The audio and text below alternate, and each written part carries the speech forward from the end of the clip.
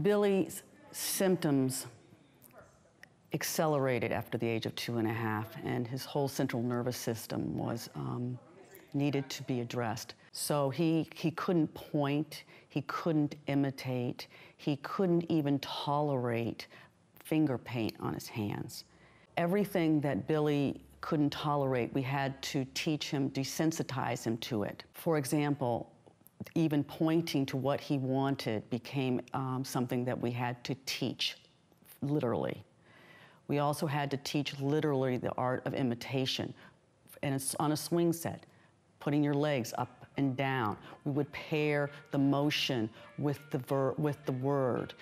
When Billy was about 16 or 17, he started showing signs of illness, which escalated to the point at the age of 17, 18, he basically had to drop out of school. During that time, every relationship that Billy had was basically cut off.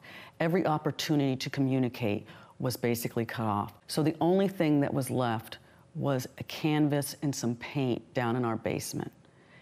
And so every night I would come home knowing that Billy had been ill all day. And I'd walk up the stairs and I'd see this flash of paint on a canvas. And I was so inspired by his work that we continued to evolve in this area of painting.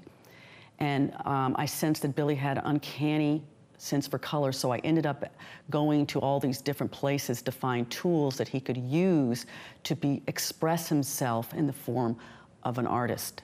We've created a system that has been able to teach Billy how to play at a proficient level: djembe, dun-dun, balafon, timpani.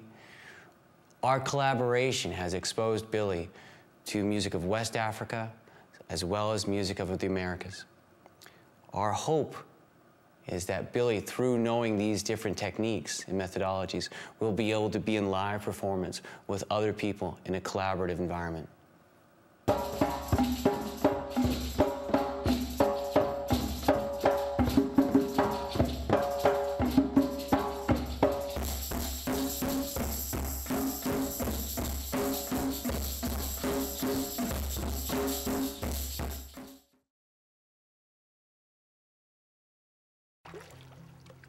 Between Albany and Lake Champlain in upstate New York, one of the area's best-kept secrets is the quiet, nearly forgotten Champlain Canal. Historian Hollis Palmer and ecologist Christine Thelmo spend a weekend exploring the area by canoe.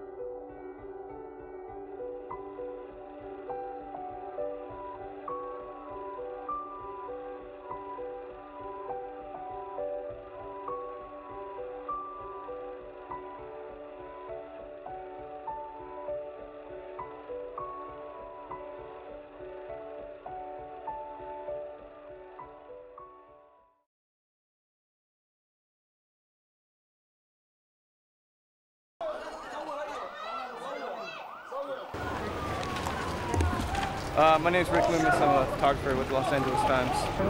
Oh, you had it? Yeah. Of course you do. You know, you take a place like Iraq, nobody's going to go there. I'm like one of the few idiots that will go over there for my paper, and with each passing year, it gets more and more difficult to go over there. So I did a project on the wounded in Iraq, the U.S. wounded, and we put it online.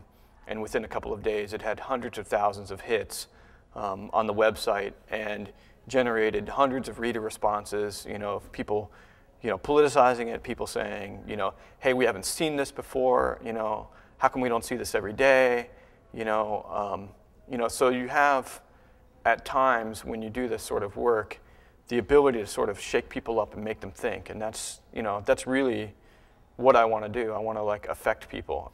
Any view that I can show people is a view they're not going to otherwise see for the most part. So, and I think it's important. We have, 100,000 people over there, U.S. citizens fighting, for whatever reasons, and you just basically want to put the work out there and let people make up their minds of whether they think we're doing the right thing or the wrong thing. But, one thing is that you have to see it. What this project is about is not letting America forget what this phenomena is.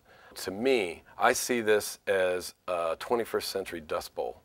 I mean, it's the same way as the Dust Bowl happened in the 30s. It's a natural cataclysmic event that forced hundreds of thousands to migrate against their wishes or stay and suffer with little or no help.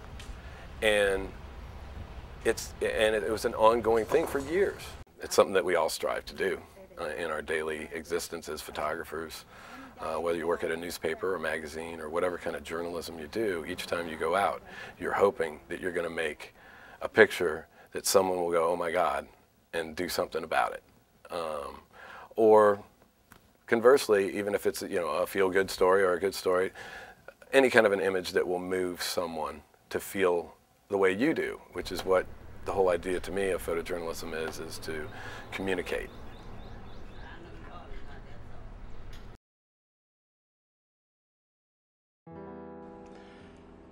9/11.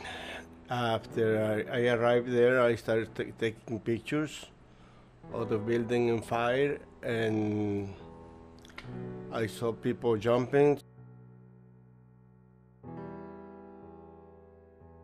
I heard the explosion, and the building was coming down, and I took one shot. I said, look, I'm sure this is my last picture because there's no way I'm going to survive. But then the building was down. I was with my mouth open, all the dust coming inside my. I said, "Oh my God!" The building didn't. The collapse of the building didn't kill me, and the dust is going to kill me.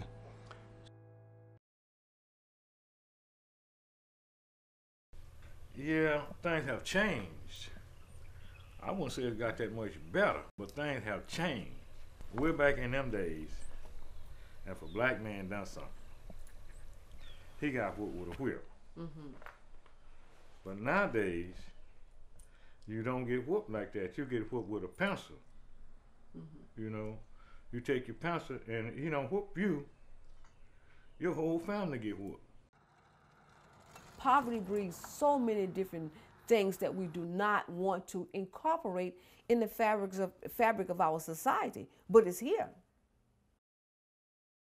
And you often wonder what could be done about a place like this where there's 800 people, 500 people living in this town, but there's no public transportation, there's no health care. The doctor came in one town in Glendora twice a month, and that was it. So many people miss their appointments to the doctors because they can't get to the doctor. So it's a real big problem. From an economy perspective, I think you'll find not only in the Delta but also in the state of Mississippi there are more jobs related to agriculture, its byproducts and services, than there are any other field, particularly manufacturing, etc. Still an agricultural state. Different places throughout the country, you're going to have different levels of support. Here in the Delta, traditionally, those levels of support have been low. This burned down because you know what? The electrical problem there. That home burned down. There was a home on the other side burned. The one in the front burned. And there's nothing back here. There's absolutely, they have to share everything from food to clothes. And the only thing that the children have in the summertime is right here. This is their playground. That goal and that rim. A rim with the wood back and the tree, that's the park for them. And that's it. The lack of fundings, the lack of resources, the lack of education that can help to bring them to higher levels in their life, that's what's lacking. I know a lot of people that have bad health problems and they don't have the money or nothing to go to the doctor. Right.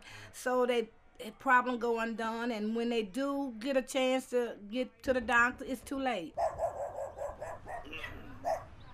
Obama, they need to get him out of office. Oh, Obama ain't got nothing to do with what's going on down here. Yeah, he does. No, he don't. Yeah, he He's trying his best. He's trying his best to do everything. He's trying to correct. He's trying to correct everything what Bush did. Wrong. He's trying to cut Medicare and Medicaid and Social Security and Social Security disability. He's trying to cut it completely out. I ain't heard that. I heard he's trying to boost. You ain't listening to the news. I'm looking at the news. You ain't reading the papers.